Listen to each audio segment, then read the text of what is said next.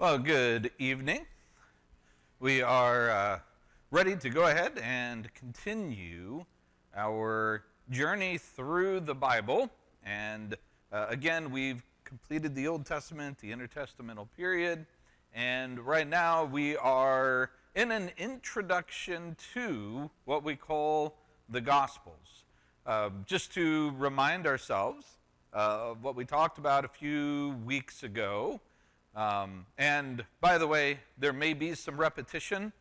There might be quite a bit of repetition because I remember some of what we talked about. I'm trying to remember everything we talked about. So today's lesson might be digging back into some of the stuff that we've already talked about, but it'll be in a deeper, we'll have more detail, I guess you could say, with our discussion this evening from what we may have done before.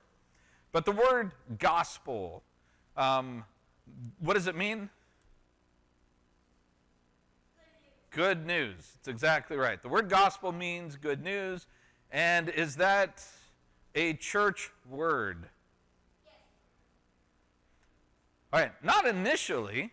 Initially, was it used outside of the church? Yeah. I mean, we have an inscription that predates the birth of Jesus that talks about the gospel, the good news of the King being born, who's going to save the world and set all things to right. Was it talking about Jesus? No. Of whom were they speaking? All right, Augustus Caesar. And we had a discussion about all the things that took place with Augustus and, anyway, we don't need to rehash all of that history that deals with all of that. Augustus probably was a pretty good ruler. Was he the savior of the world? No. No. The word gospel now, has that become kind of a church word? Yeah, absolutely. And that's not anything that we need to shirk from, just because it was in use before the church. Basically, the church took it and said, you want to talk about really good news? The news of an actual great king, a great king who actually is going to save the world and will actually set all things to right. Quit looking to Rome. We've got him right here. And so they took the language that was in use and they said, we have really good news. And so Mark begins by saying the gospel of Jesus. And that's how we come with this term, we use this term to talk about the Gospels. All right, everybody remembers that discussion? Everybody who is here remembers that discussion, I hope, as the case might be. So Mark, the beginning of the gospel of Jesus Christ, the Son of God. All right, so let's talk about the Gospels. And this is where I might be double dipping on stuff we've already talked about, but I really wanted to get in depth into some of this. What are the Gospels?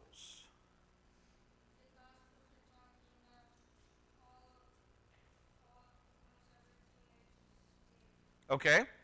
So Joshua says the Gospels are talking about almost everything that Jesus did. Now, it may not be fair to pick on, what are you, 9, 10 years old? He'll be 10 on Tuesday. All right.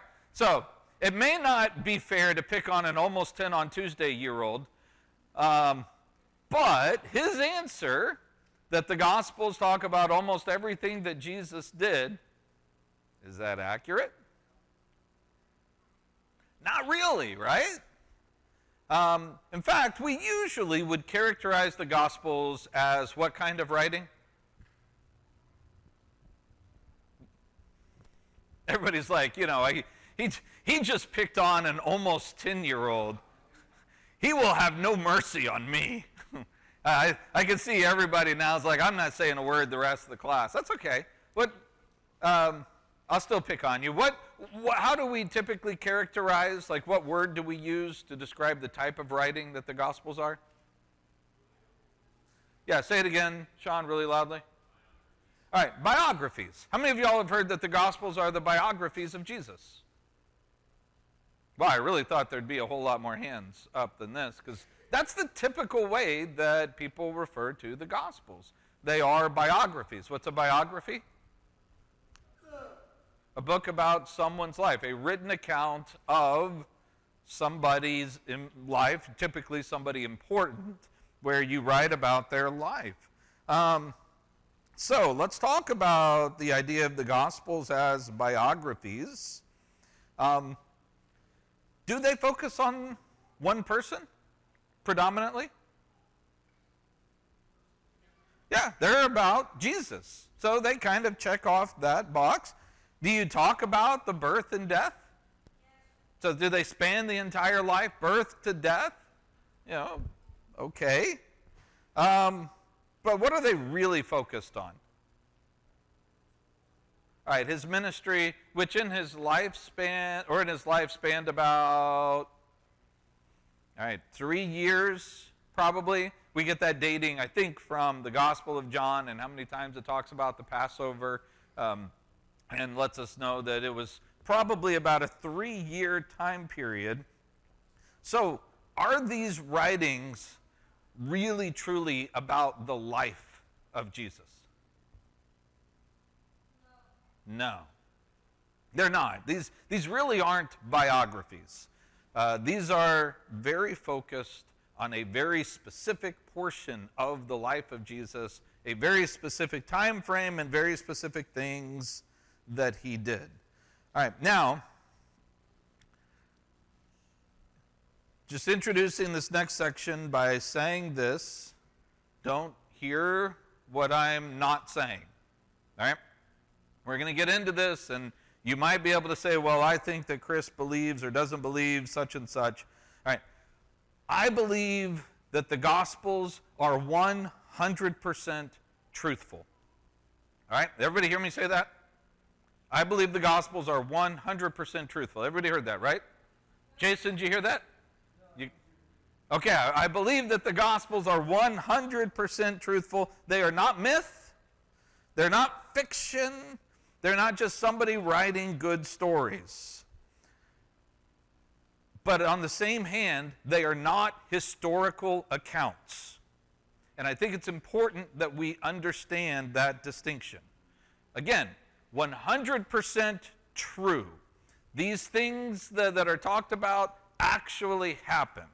And I think it's important we understand that, but they are not works of history.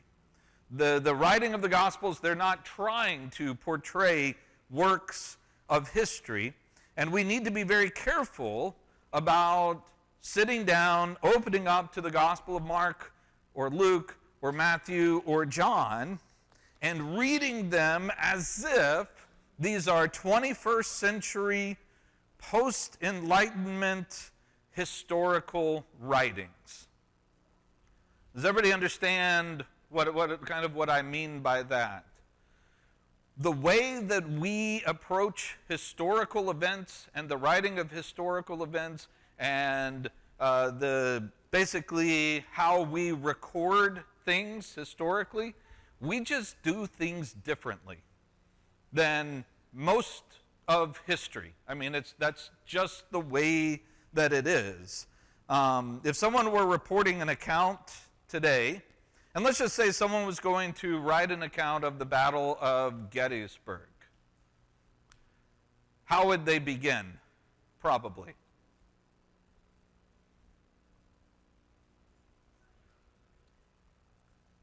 Okay, some background information on the Civil War. What? Okay, you might begin with the date. July 1st, 1863, right? And you might talk about, what, Joshua?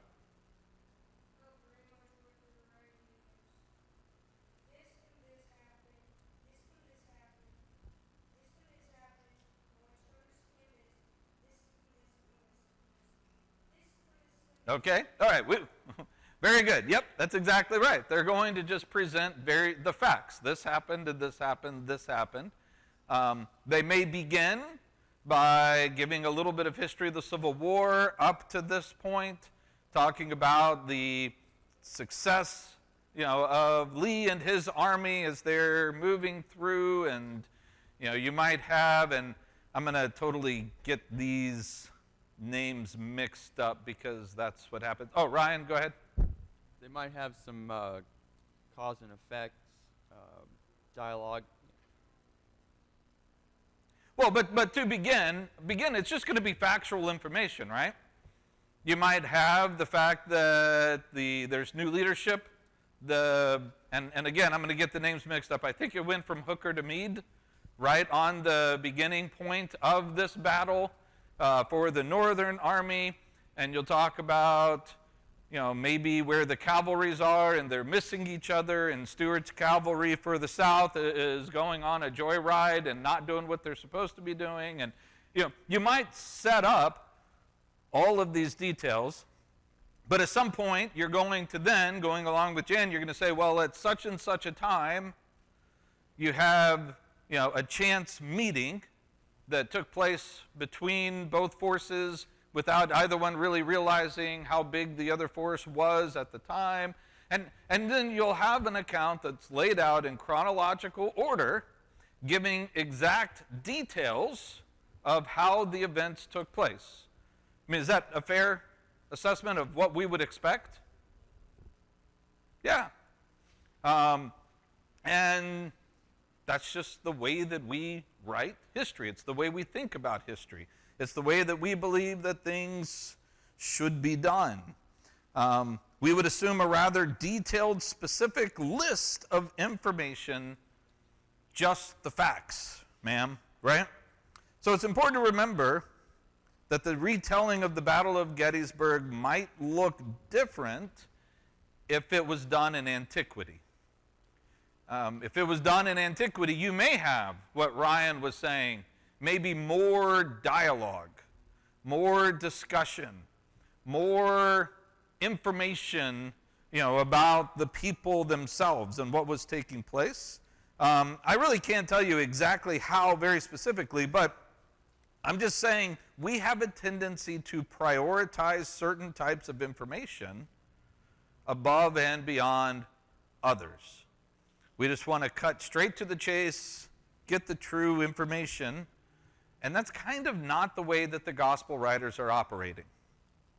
They're not trying to give a detailed historical account of the life of Jesus. They're not going to start at this place, tell you who was there, what was there, list all of the people, list all of the things, list everything that was said, list everything that was done, and then say, okay, we come to this conclusion, now we'll move on to the next event, and then list all of the setting and the people and the things that we would assume that you would do. It's just not the way that they would have prioritized things. They're not telling an historical account of Jesus and his disciples. They're trying to express why Jesus is so important and why his followers followed him. Can you see the distinction between those two things? I think it's important that we need to understand. They're not trying to write an historical account about Jesus. They're trying to show why Jesus is so important and why his followers follow him. Can you guys see that distinction? And as long as we understand that, then moving forward, looking at the Gospels, it makes a whole lot of sense to us why they stress the things that they do. Why different Gospel authors can tell the exact same story. It's clearly the same story, but the details are different. But the way that they talk about it is different. And the ways that in our 21st century historical context that we're in, we look at it and we say, hold on, there's a red flag right there. These details are contradicting each other. One of them has to be wrong because he writes it this way and this guy writes it this way. And I would say, yeah, that's not accurate. It doesn't mean they're wrong just because they write the details differently, because they're not trying to be historians. They're not trying to write by our historical exactitude. They would probably read, people in that time would probably read some of our stuff and believe we're just wasting our time with a lot of the information that we think is so important, because it's a different world, a different way of doing things.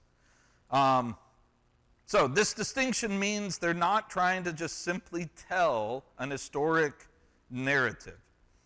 They are, in essence, giving an apologetic. What's an apologetic? All right, a defense, right? They're giving an apologetic a defense for why they believe and why others should believe as well. In fact, open up to Luke chapter 1, and let's look at Luke chapter 1, verses 1 through 4.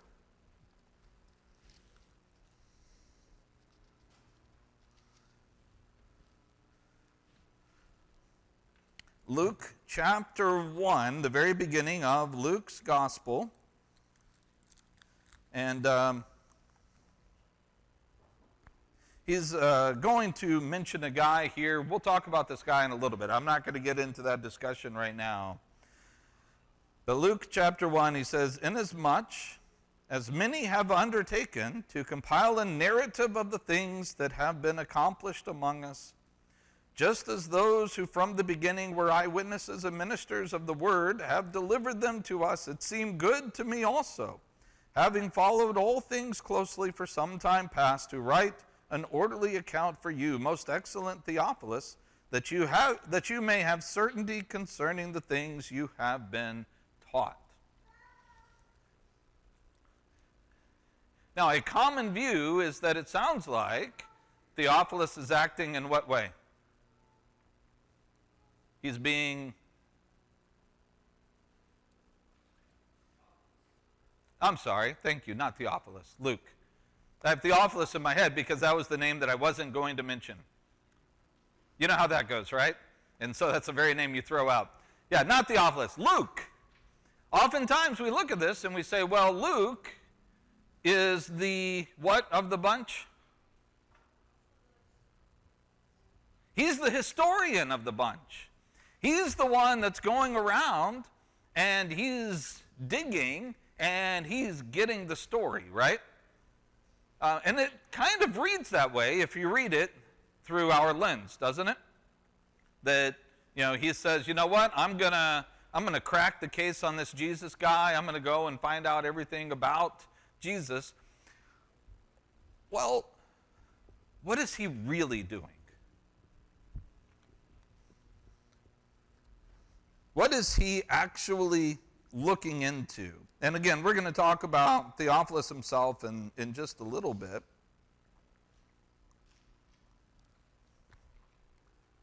But what is he verifying the information of? What? Someone say something? I missed it. What's he verifying?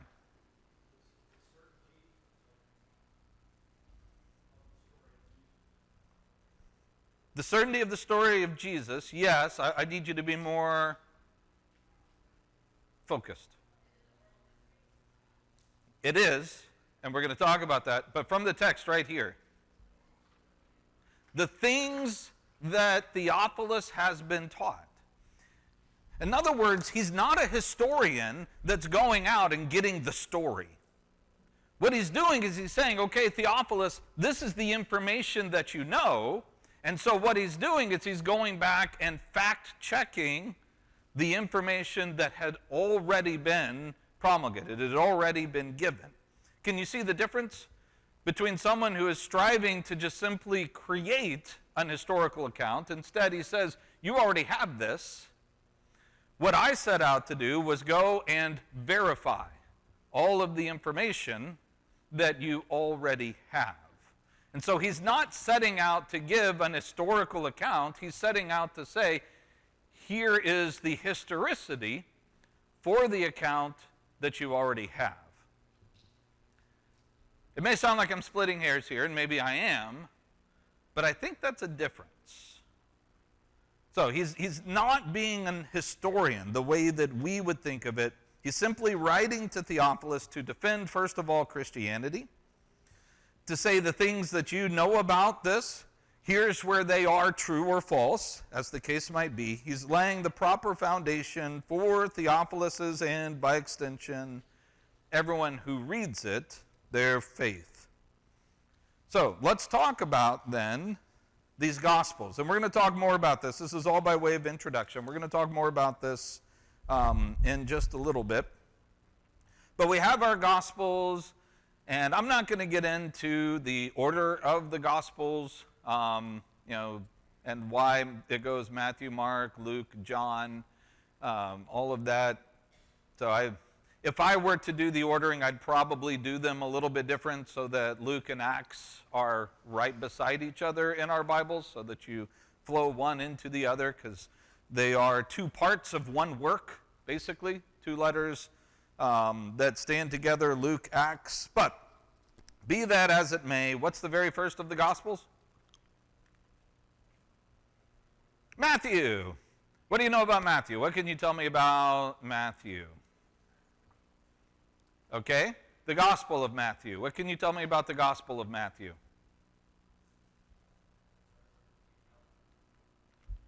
Okay, begins with a genealogy.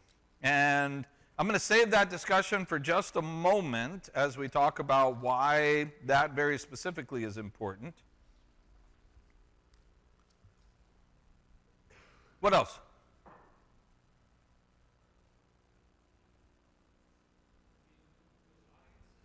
Yeah. Yeah. Who's his audience? All right. So it appears that Matthew's gospel is very specifically pointed towards a Jewish audience.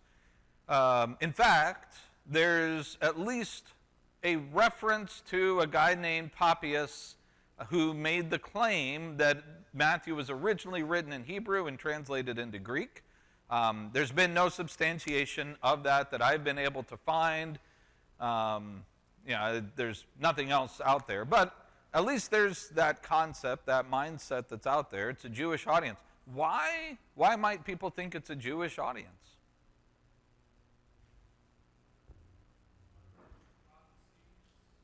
Okay, a lot of reference, very specific references to prophecies from the Tanakh. Okay, this is where Ryan's comment about the genealogy is really important, right? Because the genealogy is the genealogy of, all right, the Christ running through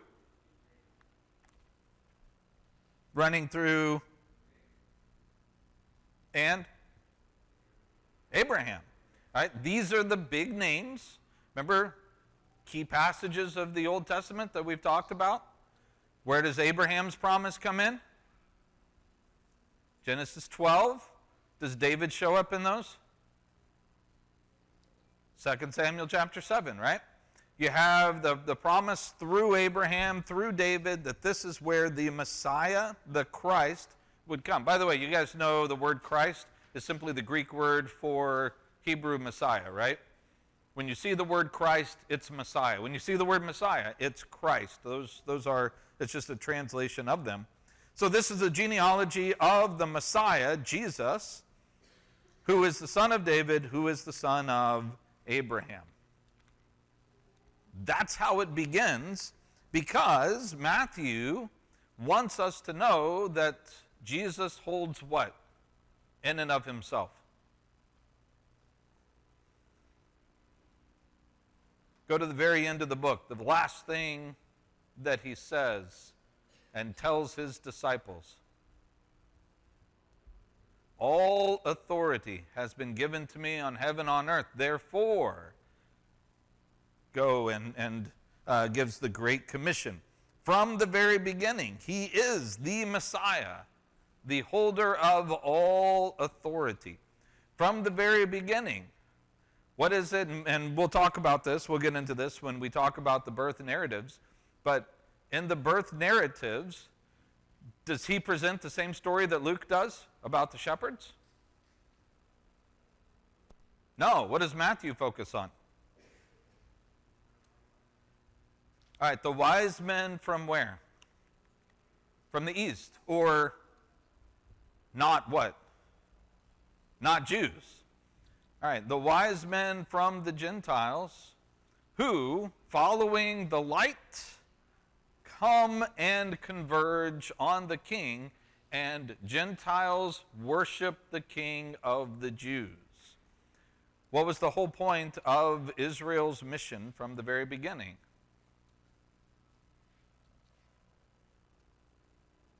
To be a light that does what?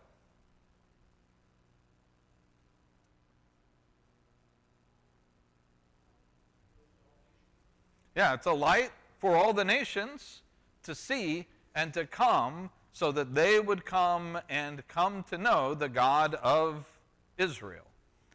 They were supposed to have been that beacon, that light, that everything else.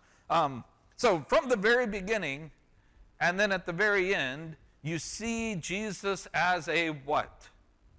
All authority means he is a king. The kingship of Jesus, the son of Abraham, the son of David, who holds all authority, is a huge part of everything within Matthew. In fact, after Jesus' first teaching recorded by Matthew, does that mean this is Jesus' first teaching that he ever gave in the Sermon on the Mount? No, it's just the first one that Matthew records. It could have been at the very end of Jesus' ministry, and it doesn't matter. Because the whole purpose is to introduce who and what Jesus is as a teacher. And where it falls in historically doesn't make any difference at all. What's important is that it sets Jesus up as the one who spoke with what? With all authority. Remember when he came down from the mountain, they marveled because he spoke as one having authority and not like their scribes. And so the focus is on the authority and the kingship of Jesus. So every indication from Matthew, kingship, the kingdom are very important. Teachings have to do with his kingship, the Messiah, and authority. And the ties of Jesus with Israel are clearer in Matthew than anywhere else. You begin the first few chapters of Matthew after you get past the birth narrative, and what is Jesus doing? What are some things that take place after the birth narrative in Matthew? It's okay, you're allowed to look. That's fine. It's not cheating. Okay, his baptism, where he goes through water, right? Temptations in the what? He goes out into the wilderness to be tempted, where God does what? Eventually, God, at his baptism, but God does what?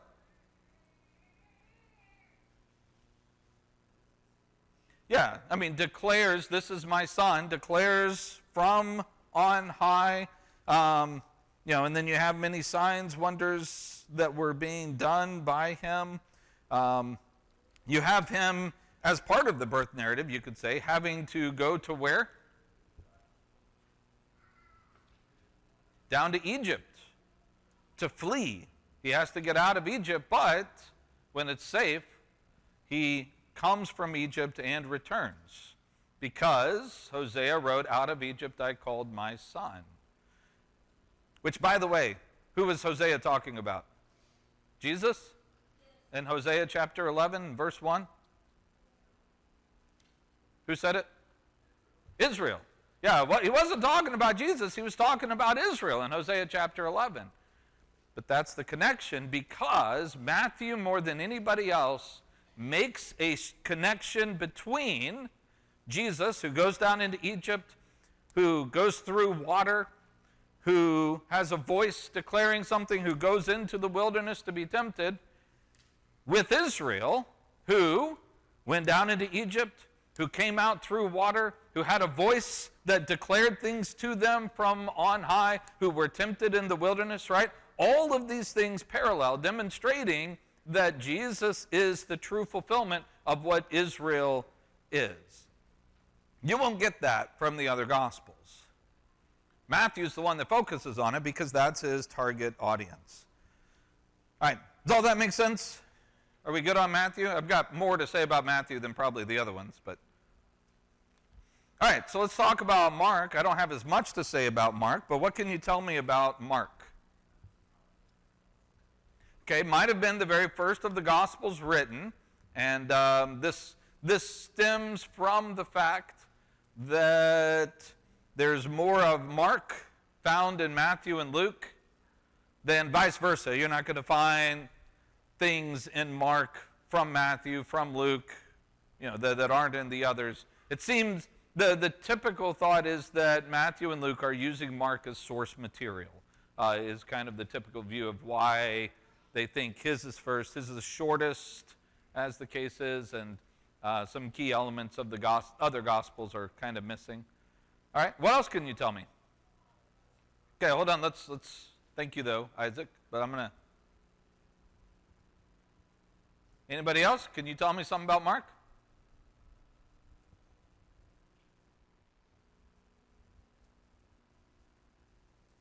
Target audience? Okay, Gentiles. Be a little more specific.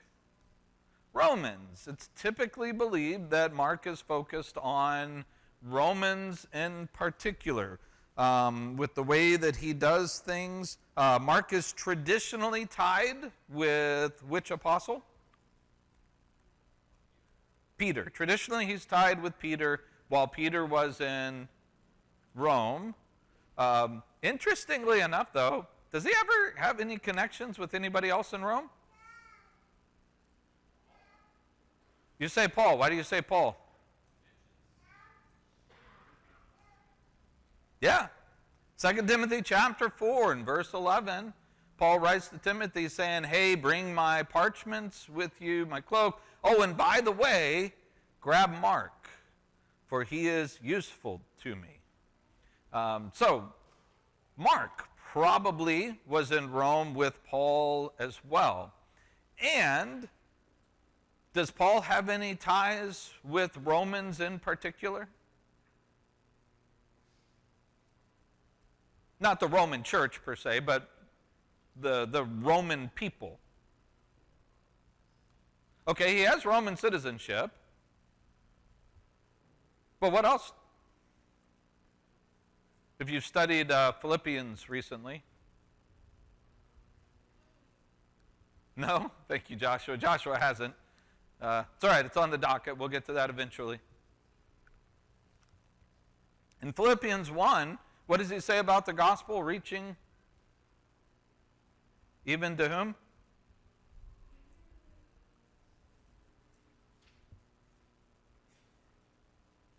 What's that?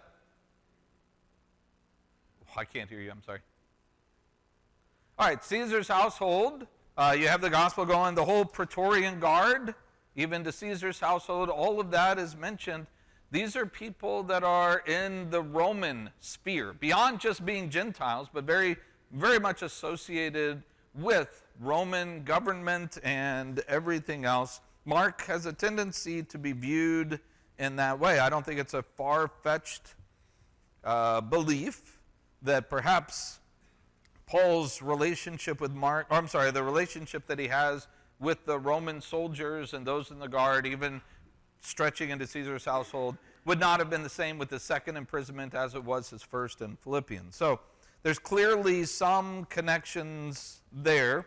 Mark has a tendency to explain a lot of things that are Jewish and kind of say, oh, well, this is what that's referring to.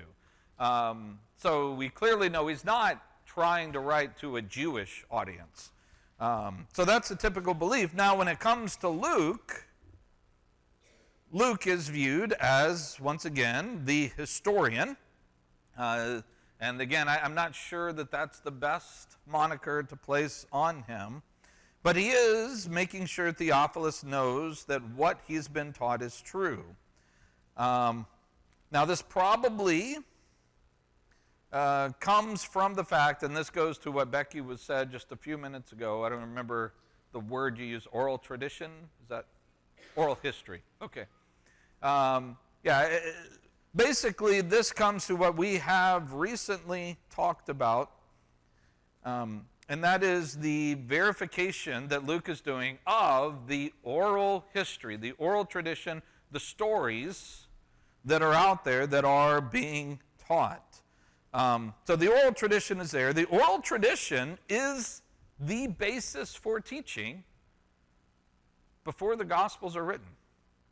The Gospels are probably written when? Earliest one. In fact, I would say 3 of them around the same time. What might that be? Probably in the 60s. A lot of secular scholars will place them after the 60s. Why?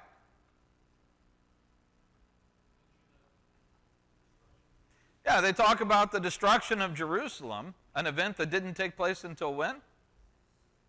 All right, until AD 70.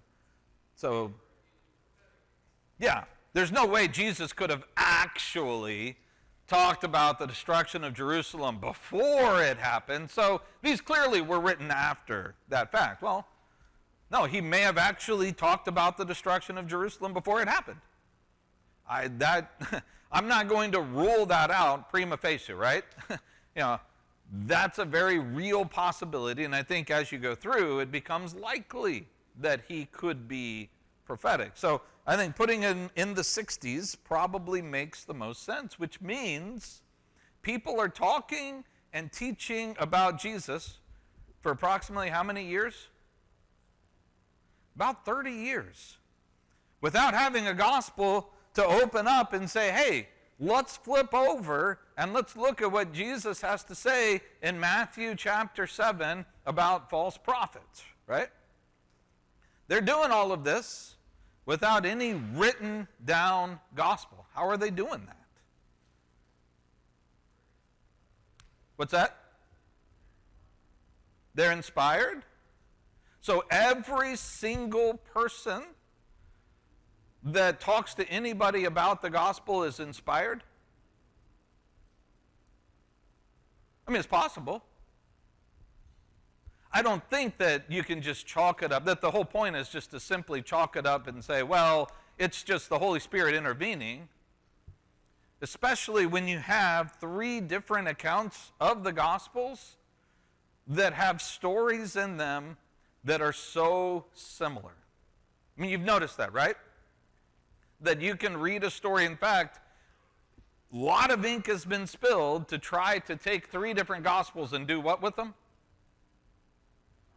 Yeah, smash them into one story, harmonize them, and say, okay, well, this is the way that Luke tells the story, but Matthew tells the same story, and this is one of those stories that's found in all 3 of the synoptics, and so we're going to get a bit from here, and we're going to take a little bit over here, and a little bit, and try to create one storyline.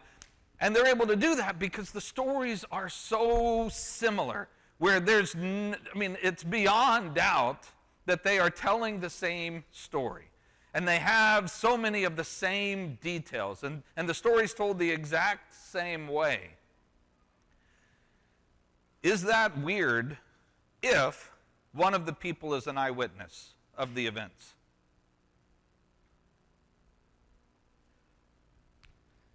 I think it is.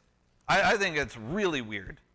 If one of the people is an eyewitness and 2 people weren't eyewitnesses, and they're all telling the story, and those stories sound so familiar because the eyewitness doesn't go off on a tangent, and he doesn't say, well, I was there, and let me tell you, this happened, and throws in all of his own little details, which, by the way, they all throw in their own little details from time to time. But he doesn't just lean on his eyewitness testimony. He's not giving an eyewitness. Matthew, by the way, Matthew is one of the apostles, right? An eyewitness to these events. This is what Isaac said earlier when I said, what can you tell me about Matthew? And he says he was an apostle. He was a tax collector. Yeah, he was. But he doesn't write the gospel as an eyewitness. He writes it the exact same way, generally speaking, that Luke and Mark are. Their stories are very similar. Things, they put their stories in different ways, in different fashions. They tell them a little bit differently, but they're so similar. We call them the what? What's our phrase for those three? The synoptic gospels, because they are in sync with each other. And that's because all three are drawing on, I believe all three are drawing on the oral tradition of Jesus that was already in place. Now let's talk about the dangers of oral tradition. In our minds, if you start saying oral tradition, especially 30 years of oral tradition, we immediately think what? All right, something has to be mixed up. 30 years of people not writing stuff down, they're just passing it orally one to another. You know, this is that telephone game that we talked about in our class, except the telephone game now is verbal. And you guys have all played the telephone game, right? Everybody, you know, where it's kind of fun to see just how badly messed up it is by the end of the line. Well, yeah, today in our minds, we think, wait, oral tradition, they didn't write it down, they're just telling these stories? Of course it's going to change. Of course it's going to balloon. Of course it's going to be a problem. Why? Why do we think that? Because it's not how our society works. Could you do that? Could you ingest all of that information and keep it right here and have the entire corpus of all of the stories of Jesus right here? We probably wouldn't be able to do that because that's not how we operate. That's not how we work. That's beyond our comprehension. Go back a couple millennia, though. How many of y'all have heard of the, let's see here, which one do I want to do first? The Mishnah. Anybody heard of the Mishnah before? How many have heard the word Mishnah before? Okay, so a few people have heard it. Nobody's going to raise their hand because I'm going to say, all right, so what is that? And you're like, I have no idea. The Mishnah, if I'm remembering correctly, is the commentary of the rabbis on the Torah.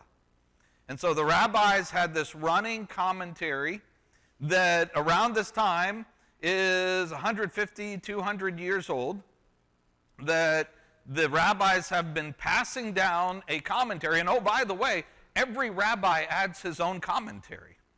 It's not even as if it's just there, but they're constantly adding to this. And this Mishnah, which by the first century, again, is probably about 150 years in the making so far, it will not be written down for another couple centuries after Jesus. Nobody wrote it down. They just had it. I mean, they may write notes or things like that, but they weren't allowed to write it down for fear that they would corrupt it. I mean, that was kind of the fear. So instead, it remained an oral tradition, and it was held in check. I mean, it was exactly what it's supposed to be because you had so many checks and balances from all the rabbis, right, who knew this, who had memorized it. It's just the way they did. They just had their oral tradition that wasn't written down until about AD 200 or so. How many of y'all have heard of the Talmud? All right. So you've heard the word. Does anybody know what the Talmud was? Jesus references it. He gives it a different name.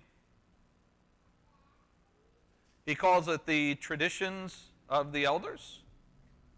The oral traditions that the rabbis have said, it's not their commentary, but this is their way of following the law of Moses. Remember the whole depiction we put of putting a hedge about the law and having the ways to make sure that you don't violate the law? And so, here's the law that they created, the Talmud that they had.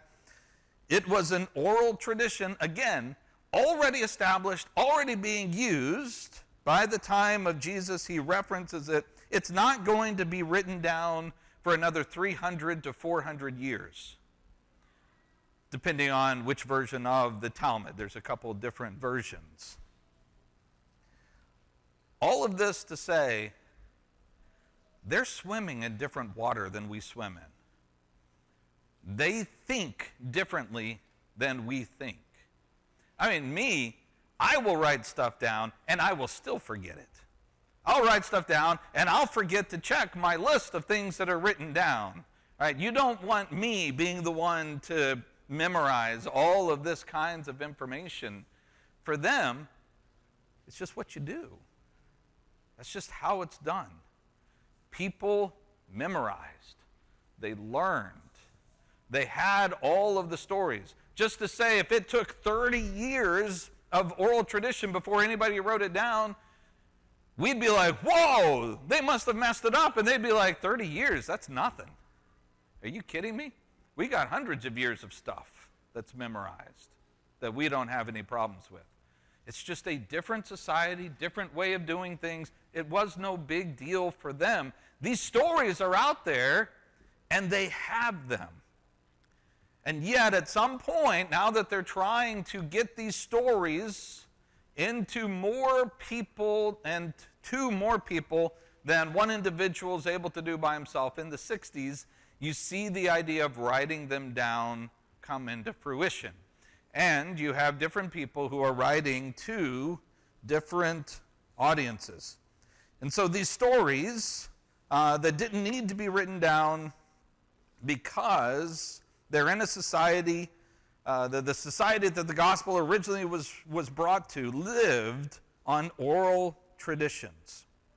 People went about telling oral traditions, the stories, the teachings, the miracles. Everything about the gospel was simply done by word for decades after Jesus' death. Now, does anybody remember the word for each of these individual narratives, stories, miracle accounts? You know, one story that's part of a larger narrative? No, it's a good guess. You said synecdoche. That's, anyway, well, we won't get into that. That's a section that stands in place of the larger.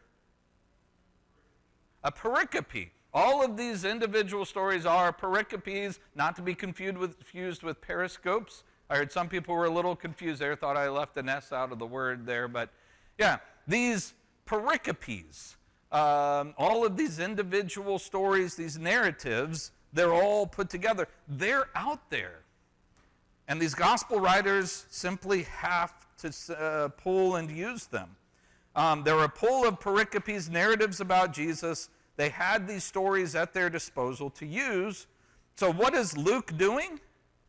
Luke is saying, here are the pericopes about Jesus.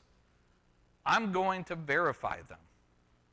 He's not saying, I'm going to go interview people and create a history of Jesus. The history is already there. It's already in place. If the oral tradition has already been given, all he's doing is going back and he's saying, I verified this account of Jesus' birth. I verified what took place at the temple. I verified what took place when Paul supposedly took Trophimus into the temple, but he really didn't do it. I verified all of these accounts. So, let me ask this question. Does that mean that between Matthew, Mark, Luke, and John, we have every one of those pericopes or every one of those stories that the New Testament had about Jesus? I see people saying no. How do you know? Well, John very specifically says, I could have chosen so many more, right?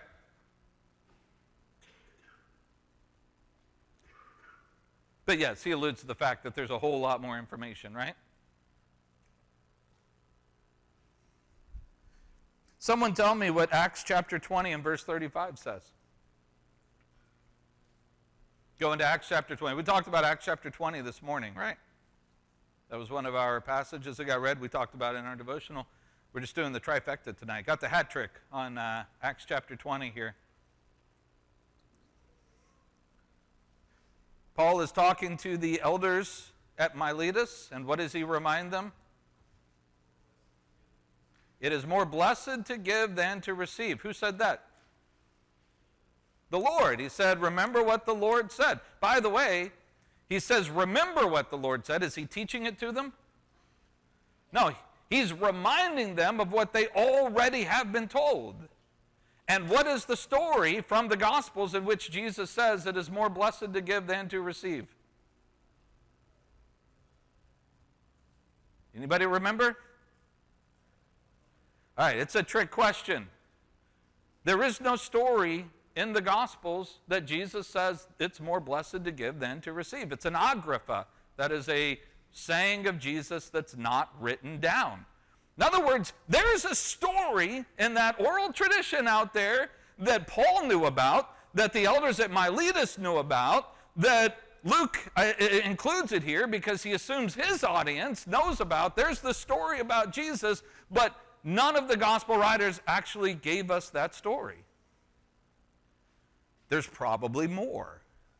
They chose the ones that they wanted to choose. They're not trying to give a detailed account of everything. They're choosing the ones that will help them accomplish what it is they're trying to accomplish with their narrative. And so we have things out there that people knew about, people taught, but they weren't written down, and we don't have them. All right. I was going to have a nice little discussion on Theophilus, but we won't because we're out of time. Let me just say this about John very quickly. I believe John writes 20 to 30 years after the other Gospels. He probably has them at his disposal. He's probably familiar with them. John is different. John is not simply pulling from the oral traditions. He writes differently. His stories don't sound like the oral traditions. His stories sound like, what did I describe earlier that I said Matthew was not writing like? Someone said it. Yeah, or we said that Matthew was a what to all of the events? He was an eyewitness, but does he write like an eyewitness? No. John does. John's the guy who takes the story and then he expands it. And he tells you a lot more. All of John's narratives are longer than generally the narratives that you're going to find in the other Gospels. He gives more information in them. He has more to say. All four record the feeding of the 5,000, but John's balloons into this whole big thing that says, oh yeah, not just the feeding, but let's talk about the next day as well, and all of this. You know, John writes like an eyewitness. Oh, and by the way, that's what he claims he's trying to do. Because John, apparently, Irenaeus, a later historian, connects John's gospel with the heresies of a guy named Cerinthus. Cerinthus was a heretic. He was a Gnostic heretic, a very early Gnostic, and he was in Ephesus. At the same time, John was in Ephesus. In fact, John's students made a claim that there was a time that they were in the local bathhouse. Cerinthus walked in and John ran out saying, let us all flee, Cerinthus has entered, and something like the whole walls may cave in on him. It was a well-known fact of this disagreement that he had, and Irenaeus says, I think John's writings were all about a reaction against Cerinthus and his Gnostic teachings, which makes a whole lot of sense when you see the things that John focuses on often are anti-Gnostic teachings. John differs. He has much longer narratives, no major teaching points per se. It's not like he has the Sermon on the Mount, but he has teachings that come in a much more organic type of a way. The key to John's Gospels, John is famous for what two things?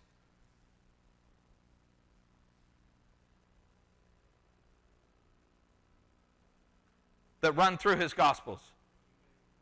Okay, what did he write that you may believe? What things? The signs, right? Many other signs did Jesus perform in the presence of the disciple, but these signs have been chosen that you may believe that Jesus is the Christ, the Son of God, and believing have life in his name.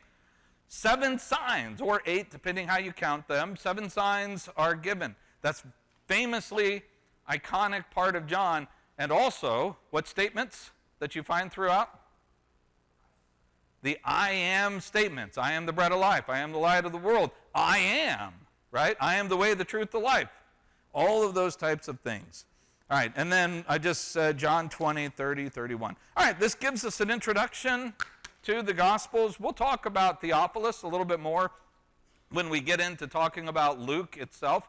I'm going to use Luke as our basis to walk through the Gospels, to kind of get an idea for what's going on, because we're going to go straight from Luke into Acts, and it just makes the most sense to do it that way. Okay, I'm out of time. I'm over time.